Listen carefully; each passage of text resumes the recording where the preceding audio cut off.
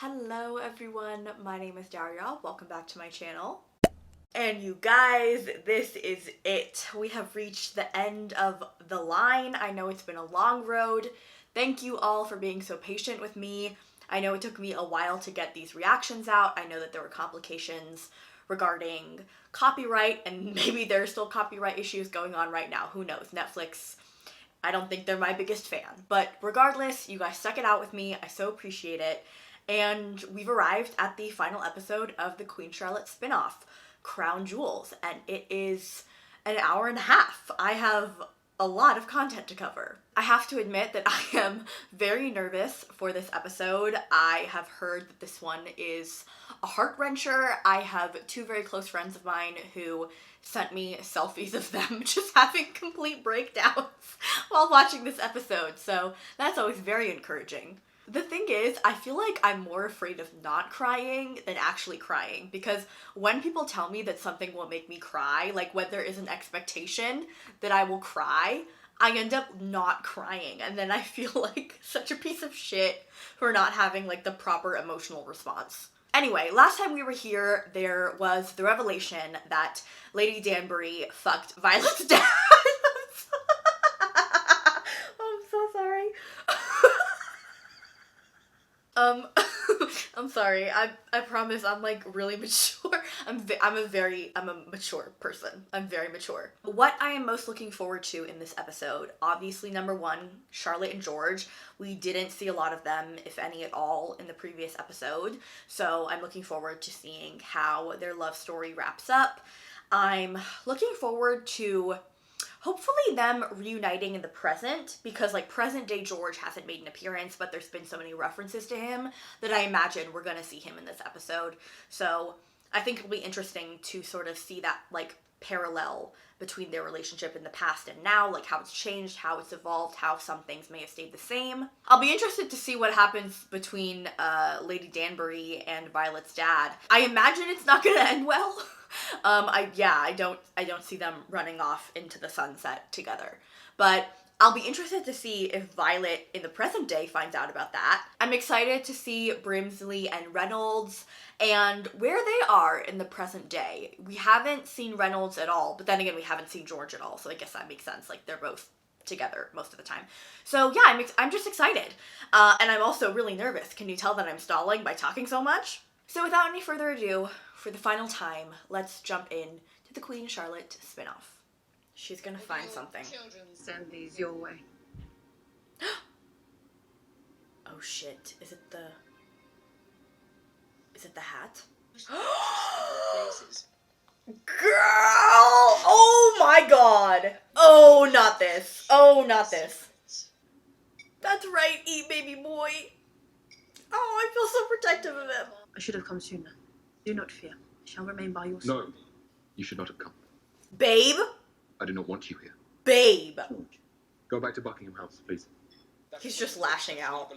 He's lashing out with what he's doing. Get out! I order you! No, George. Charlotte! You cannot force me away. I will not go. I command it! Go! I will stay! I command it! Please, Charlotte, please go. No. No! They're gonna break my heart. It's gonna break my heart because, like, he was just, like, getting so angry and yelling and raising his voice, thinking that that would scare her into going away, and then when she stood her ground, he reverted into, like, more of a pleading tone.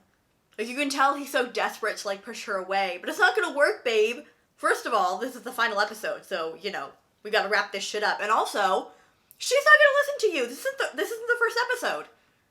Okay? You're not gonna scare her and push her away. And you also deserve to be loved. I know that's why he's, like, lashing out like this. Oh my god, okay. I feel something. I feel like, there's gonna be, like, a big, like, declaration. Like, the quintessential Bridgerton love declaration is coming. Like, I can feel it in my bones. Like, I've got a spidey sense. Do you love me? Yes. I'm trying to protect you. Do you love me? Yes. I cannot. It doesn't mean you don't. Conversation is. I cannot do you this. love me? I never wanted Do to you marry love you. me? I don't. Charlotte, please stop. Is it because you do not believe that I could love you? I do. I am a madman. I am a danger. In my mind, there are different worlds creeping in. The heavens and the earth collide. I do not know where I am. Do you love me? You do not wish a life with me for yourself. I will stand with you between the heavens and the earth. I will tell you where you are. Do you love me? I love you! From the moment I saw you trying to go over the wall, I have loved you desperately. I cannot breathe when you are not near. I love you, Charlotte. My heart calls your name. No!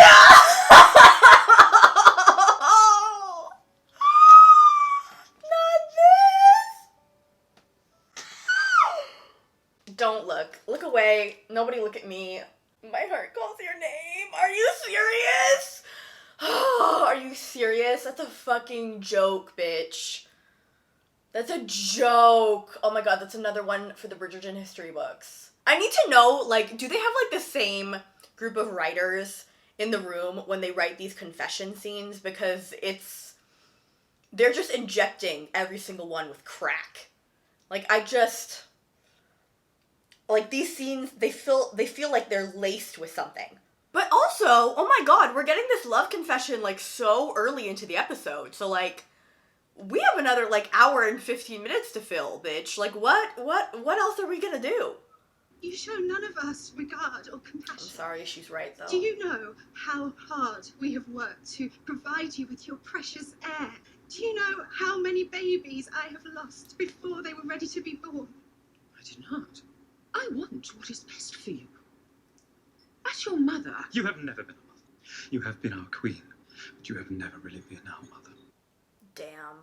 And he's right. I'm sorry, but he is right. Okay, so this sort of perfectly encapsulates how I was feeling in episode 4 and how I felt about present-day Charlotte and her relationship with her kids. I know that people sort of responded to my original comments by saying that, you know, from Charlotte's perspective, she has dedicated her life to loving George, supporting George, doing all that she can for him. That takes a toll. And it took up a lot of her time. And on top of all that, she's like the fucking Queen of England. And because her husband is unable to run the country, she has to fucking do it. And so she's tackling all these like personal, interpersonal, public like relationships and turmoil and all these things going on. And the unfortunate cost is her relationship with her children. It really struck me what that young woman, what her daughter said, that she's lost all these children and Charlotte didn't even know. I think that George and her daughter, I don't know her name, were completely justified in what they had to say and completely right in what they had to say. And I appreciate that the show isn't just dismissing them as these like spoiled children. I think that previous scenes maybe like they were used a lot of time for comedic effect to the kids.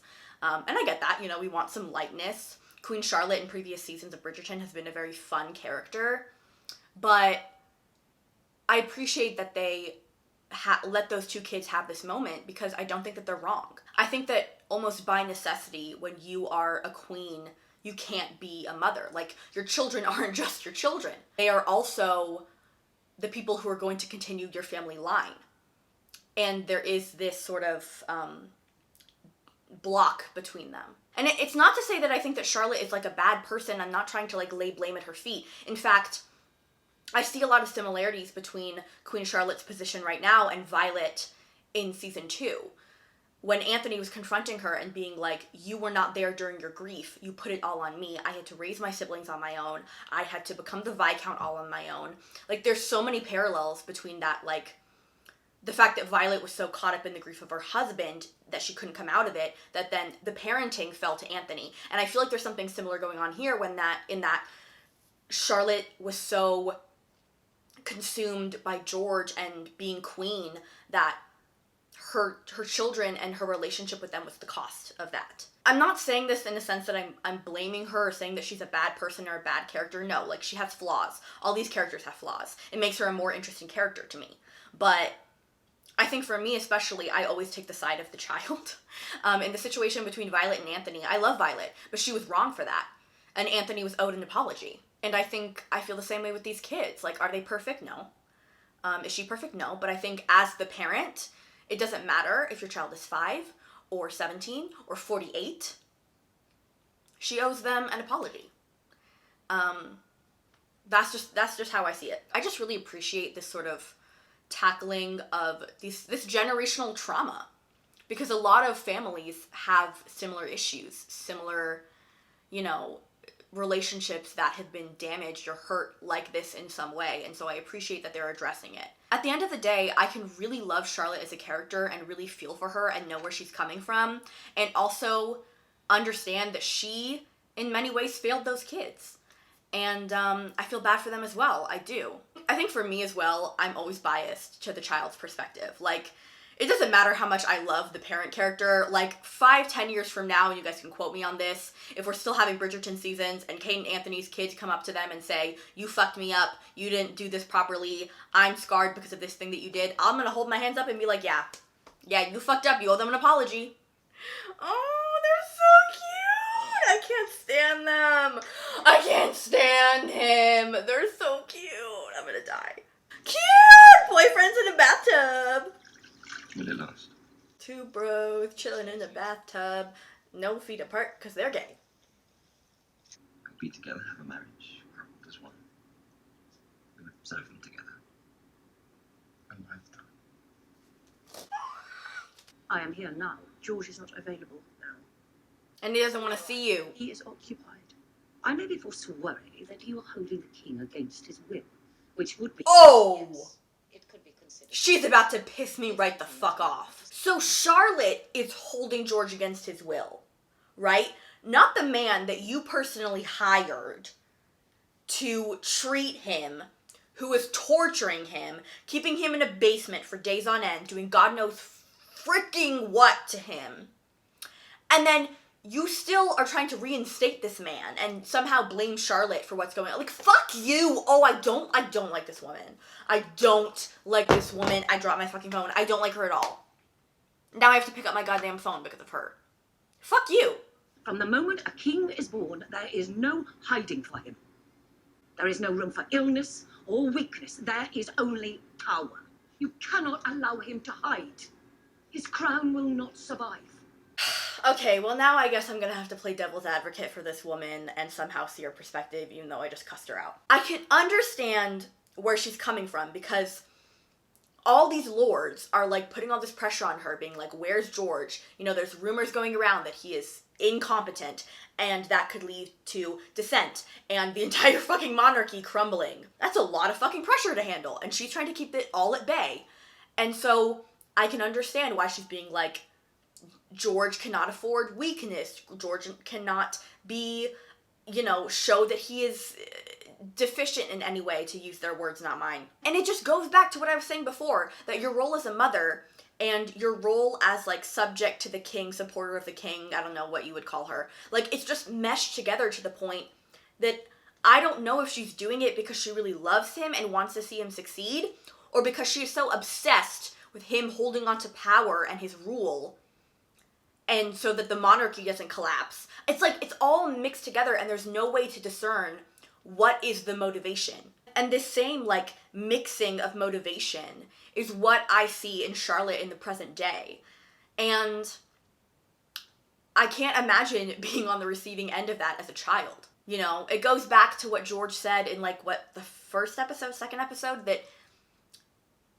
that he has been made abundantly clear that his duty is to the crown. And who taught him that? His mother.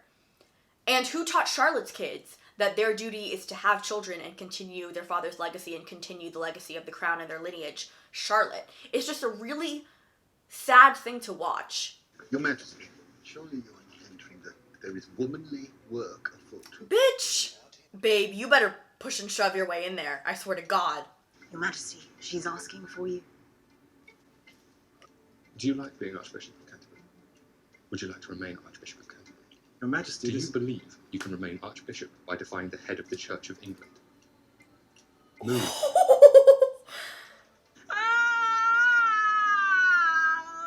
That's George's face!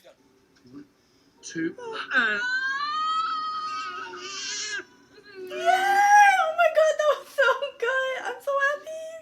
I'm so happy about this baby. I don't even know that's not even a real baby. It's just a character. No heavens. They cannot find me under here.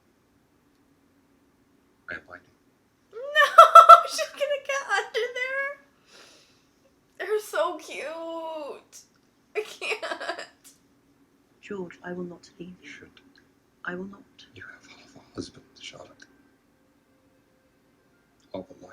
She wants to be with you. Of a man. That's of a not king, true. That's not Of true. a wife. If what we have is half, then we shall make it the very best half. I love you. It is enough.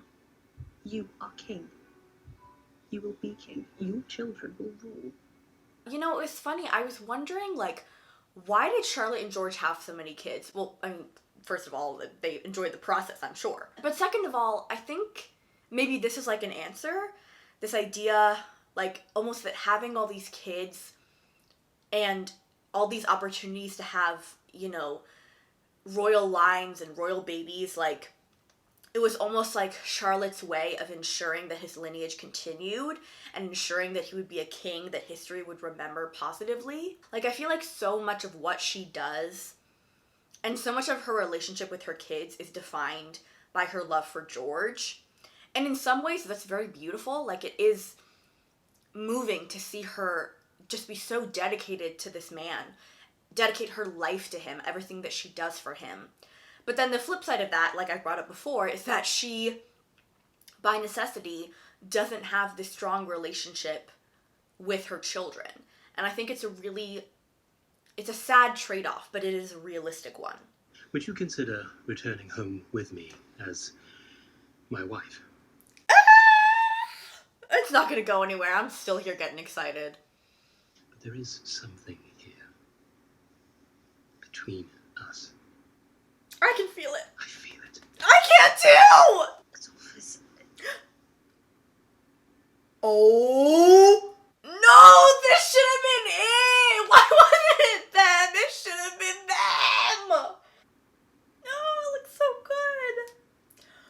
And she looks so good. She always looks good. Look at you.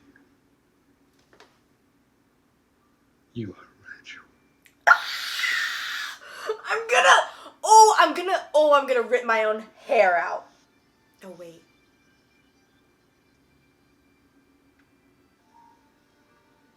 I love them. I do, I love them. Keep your eyes on me. Do not look at them. There is no one here but us. No! Not the throwback to Cassidy! I must be a fucking joke to these people. It is almost exactly the same as when Anthony told Kate, no one else matters, just look at me. No! Not the best Bridgerton ships paralleling each other left and right. I love it. I love it.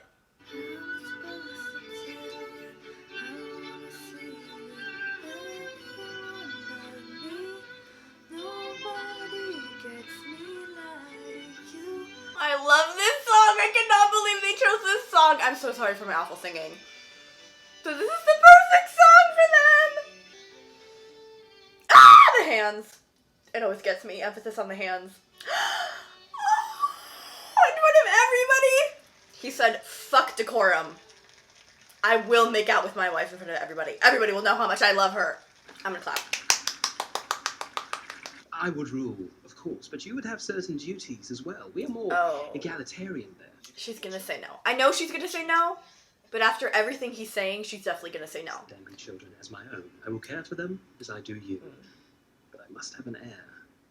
There will be festivals and balls and charities and... No. Yeah. Cannot marry you, but only because I cannot marry anyone. I spent my life breathing someone else's air. I do not know any other way. Now it is time that I learn to breathe all on my own. So my ship is dead. It's dead on arrival. And you know what? It's fine, because I knew it was going to happen. I prepared myself for this inevitability. And I think ultimately, like, we knew she wasn't going to say yes, but I love that they had that reasoning of her being like, I want to live life on my own, knowing where she came from, being literally brought up to be the wife of someone and married off to him probably extremely young. And it just makes me so happy to think of the woman that Lady Danbury becomes, and to know that this version of her, this younger version of her, would have been in awe of that woman, and would have been so happy to know that that is the person that she becomes. And I think about that, and it makes me smile. I have only ever wanted him to be happy. He is happy. You make him happy. Your Majesty. Oh! Oh shit, okay. See, I still don't really like this woman, but like, I can appreciate her good moments. No, not the cuties being cute like this. I can't stand them. Ooh, they make me want to like claw my eyes out because they're so cute. Like, I want to get violent because they're so adorable. Oh my god! Oh my god, is it I Will Always Love You? No, they're so sweet!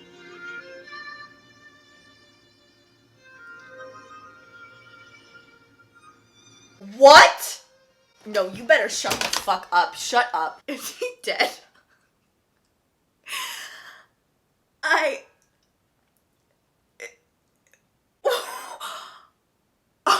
I'm sorry I'm laughing because that better be a fucking joke.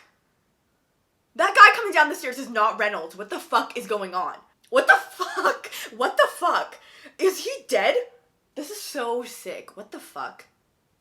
Oh, let's just have the two of them discuss being together for a lifetime, and then in the same fucking episode, we find out that Reynolds is dead.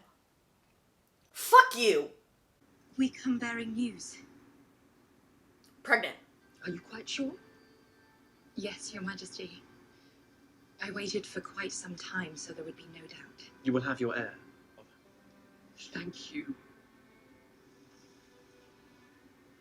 No, wait, this makes me sad. You can tell he's not used to his mom hugging him. Okay, I know that you guys are probably sick and tired of me saying this, but I feel like it's such a fascinating thing to see. You can just tell that he's not used to affection from his mother, and there's something so bittersweet about it only coming when he's like done the duty that she asked for, when he is continuing the family line. I don't know, I just feel like Charlotte and her kids are so sad, and it's hard to be mad at her. I mean, I'm not mad at her. It's just sad because she poured her life into George. She poured her life into keeping the country alive, into keeping his reputation alive, serving this country, doing everything for him. And like I said before, there's something so like just awe-inspiring about that. I could never fathom it. But then it comes, like I've said before, at the cost of a relationship with her children. And that's really sad to see. And I feel like that's something that I've picked up a lot. I think due to, like I said, I'm not going to go into it, but some of my own personal shit that I've been dealing with. I think that the familial relationships, and especially between the parents and the kids, are really hitting me and standing out to me. Look, these are the ones my father made. Are we just going to skirt around the subject? I thought I would enjoy them for a time before I pack them back up, let them go. So she knows? Are we just... Violet, Oh. I believe you should leave the hats where they are. Okay, so she knows, and she knows that she knows, but they're not going to talk about it. Is that the vibe? Okay, so wait. You're telling me that you wrote the messiest storyline in Bridgerton history. And it's not even going to cause like that much of a rift? Like they're just never going to bring it up again. Like, you fucked my dad. I know you fucked my dad. You know that I know that you fucked my dad. But we're just never going to bring it up and just going to have tea again. Then what's the point then? Why couldn't you have let her fuck Adolphus then? What? Just messy. Messy. Oh. She's getting under the bed? Farmer George! Hide from the heavens with me. No. Charlotte. Why, hello. Hello, George. Your line will live on. That was always her main goal. Our line. Thank you. Thank you. You did not go over the wall. No, George. I did not go over the wall. Oh my god.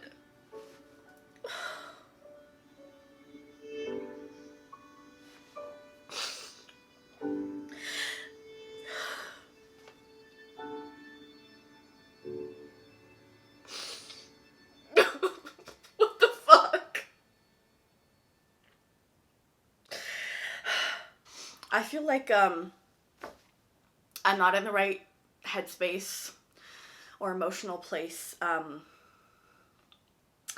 to talk about what happened, process my emotions. I cannot believe my ass was like, what if I don't cry? What if I don't cry? I might not cry.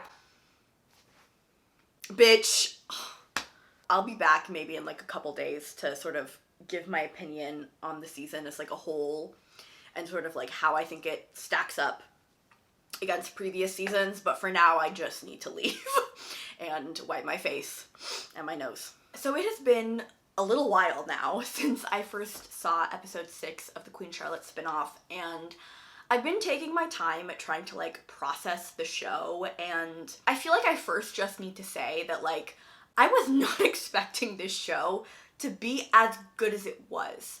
And I think I can speak for a lot of people when I say that. I think that I saw this show as like a bit of filler before we got Bridgerton season 3, and I was also expecting season 3 to come out at the end of summer, like August or September of this year. So I really was just thinking of Queen Charlotte as a bit of, you know, filler before we got what we were really here for.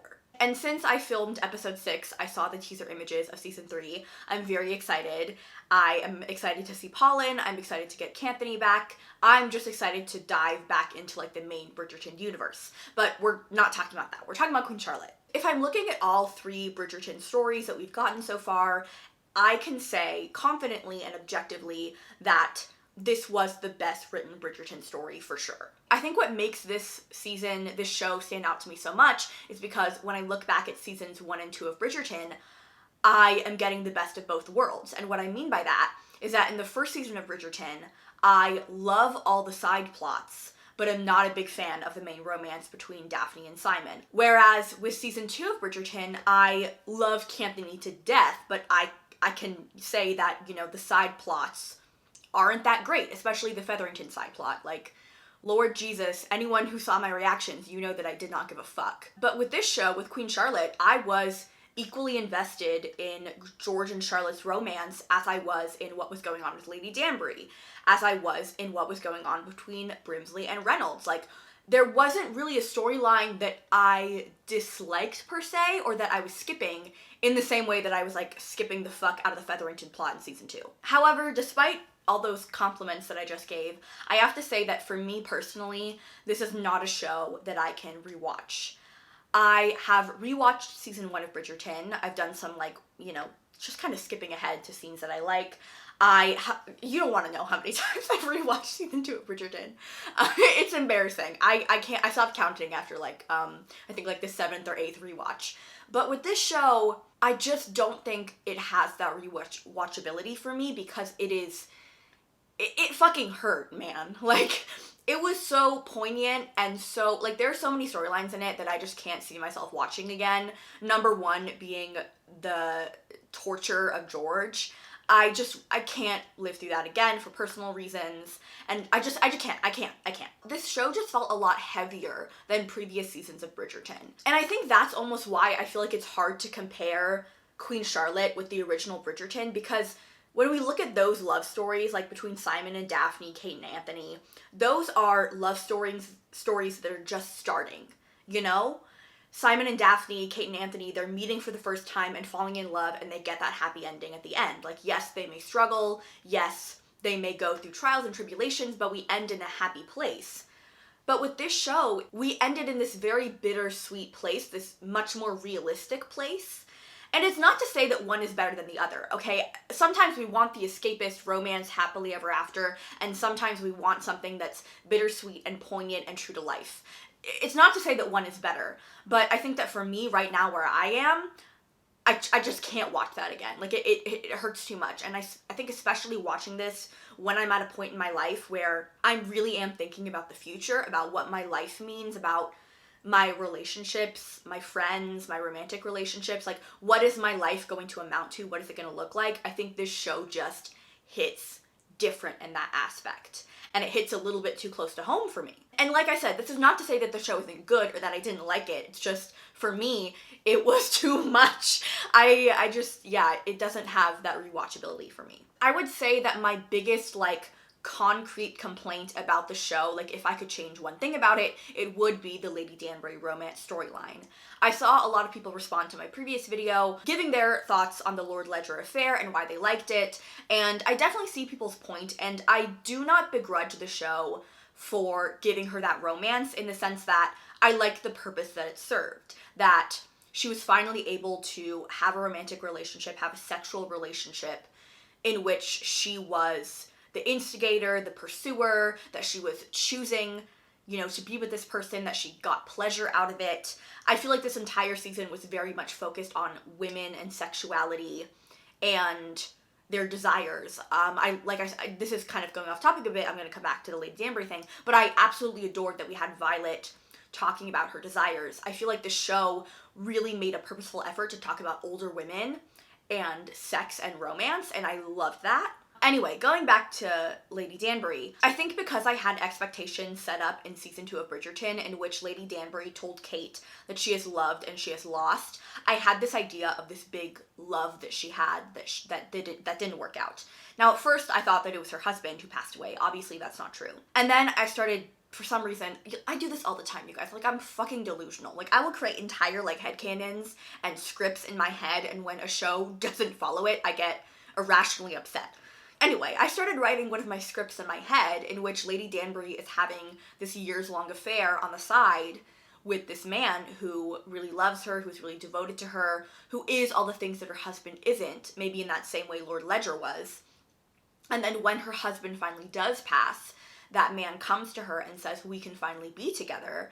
But at that point, Lady Danbury, it sort of, in my head, mimics a lot of what she said to Adolphus, but this time she's saying it to someone that she actually genuinely loves. Like, it is that love that was lost, like she told to Kate. Like, she will say to this man that, I love you so much, but I love myself and my independence and my life more. I even had it, oh my god, I'm so fucking delusional. Like, this is what it's like in my brain. I even had this idea that, like, when we flash forward to the present, maybe Lady Danbury sees this man while she's walking with Violet, and she sees him maybe with, like, his wife and his family and his grandkids, and it's this kind of moment of, like, what could have been, you know, and that bittersweet thing, like, kind of going with, like, the bittersweetness of this entire show, like, that bittersweet thing of what could have been, but you're also happy with what you have, but you're kind of wondering what if. Like, I don't know why I had this, I was married to this vision in my head. I don't know where it came from, but I'm like, for some reason, like, just, I'm like mourning that storyline that I came up with all on my own. Now, when it comes to ranking the seasons and ranking the couples, generally what I'm seeing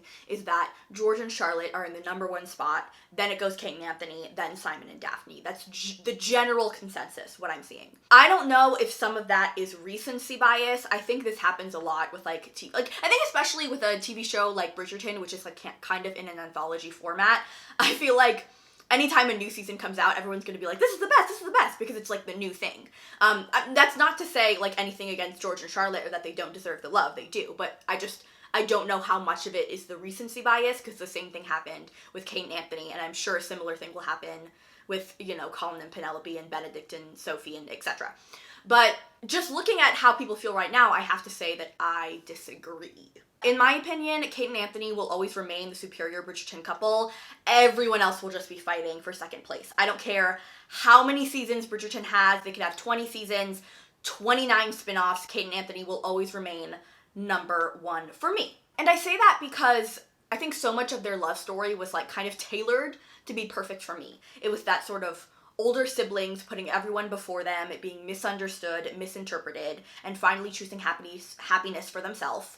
That hit a little bit too hard. I felt like they took a lot of inspiration from Pride and Prejudice and Jane Austen, which, like, that is my girl. Pride and Prejudice is my #1 favorite book of all time. Lizzie and Darcy will never be beaten in my book, so, like, that was obviously perfect for me. And the thing is, Kate and Anthony, for me, like, it's not just that they're my favorite Bridgerton ship, it's that they are part of my top 5 ships of all time, and I'm very, like, selective with those ships that I put in that top 5 category, because for me, I have to love the characters individually to love them together like that. Like, another one of my favorite ships of all time is like Percy Jackson and Annabeth Chase, Lizzie and Darcy, Zoya and Nikolai from the Grisha trilogy, and in all those cases, I am so like ride or die, like loyal to those characters individually. Like, I love them so intensely that like when they come together, I don't know how to explain it. It's like a fucking supernova. Like, you have my loyalty, you have my dedication for life. So I think for me, like, it's not going to be possible for any couple to beat Kate and Anthony, because I just have that, like, extreme bias towards them. So yeah, that is my slightly controversial minority opinion. Is it controversial? I don't think so. I mean, listen, if Charlotte and George are your favorite couple, like, I literally, like, I get it. Like, I fucking get it. They're adorable, they're gorgeous, their dedication to one another, the poignancy, is that a word, of their love story. Like, if Charlotte and George are your favorite couple in Bridgerton, I fucking get it, okay? That being said, if Simon and Daphne are your favorite couple, yeah, I can't say anything to that. Good luck. Godspeed. Anyway, that is it for me today, you guys. I hope you enjoyed this video, and if you did, don't forget to like, subscribe, comment down below, and let me know all your thoughts on this final episode, how you reacted to that final scene. Also, how you feel about Brimsley. I don't know if he's dead. I've heard from some people that apparently, he, like, is living in the castle, but they didn't show him, but part of me is like, if Charlotte got to reunite with George, then why didn't Brimsley reunite with Reynolds? Because they went to go see George, and isn't Reynolds always with George? So I don't know, I'm still freaking out about that. Can someone please confirm to me what happened to Reynolds? I need to know. So yeah, just give me all your thoughts, let me know how you would rank the Bridgerton couples, and if you guys want to find me or follow me anywhere else, all of my links will be down below. I love you all so very dearly, and I look forward to seeing you in my next video. Bye!